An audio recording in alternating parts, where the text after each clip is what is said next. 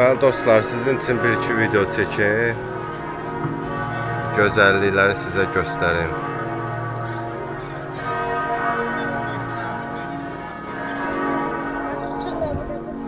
Uşaqlar oturun, gəlirəm.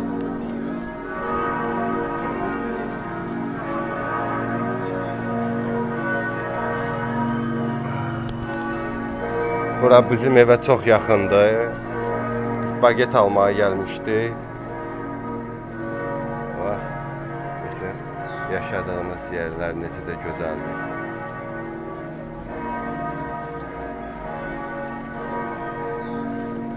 Uşaqlar, gedək. Gedək evə. Tamam, gedək evə. Evə yoxsa gəzək? Gəzək. Yaxşı, tamam.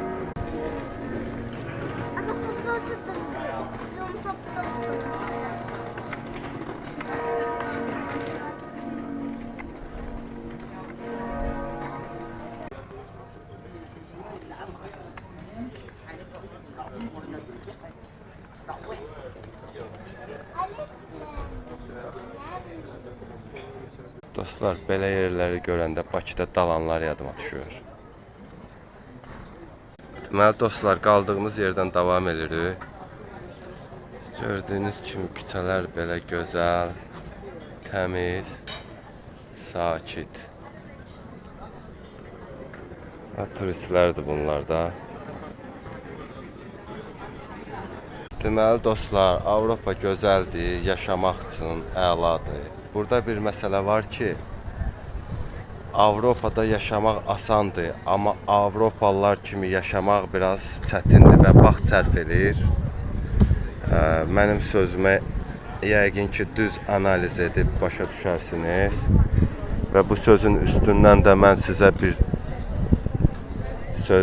bir misal demək istəyirəm ki, məsələn, bir söz var, deyir ki, insanı kənddən çıxartmaq olar, şəhərə gətirmək olar.